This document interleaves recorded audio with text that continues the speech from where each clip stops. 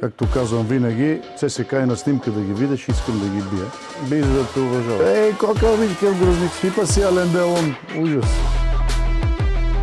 Нямам познат резултат скоро. Кокала, та-та-та-та. Добър ден отново. Спартак Варна Добруджа. В дъното на класирането са и двата отбора. Стремат се да не изпаднат. Добруджа, след като дръпнаха ръчната след мача с Левски, там не знам какво се случва, но изглеждат и много зле, освен всичко друго. Тук бих дал победа и точен резултат 2-1 за Спартак Варна. Следващия матч Байерн Мюнхен, Пари Сен-Жермен.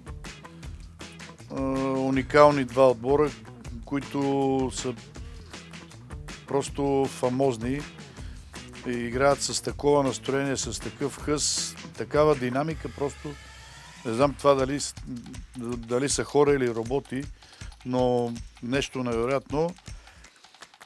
Мисля, че и този матч ще бъде доста резултатен. Бих дал резултат 4-3 в полза на Байерн Мюнхен. И това е за днес. Ще се видим в следващия рунд.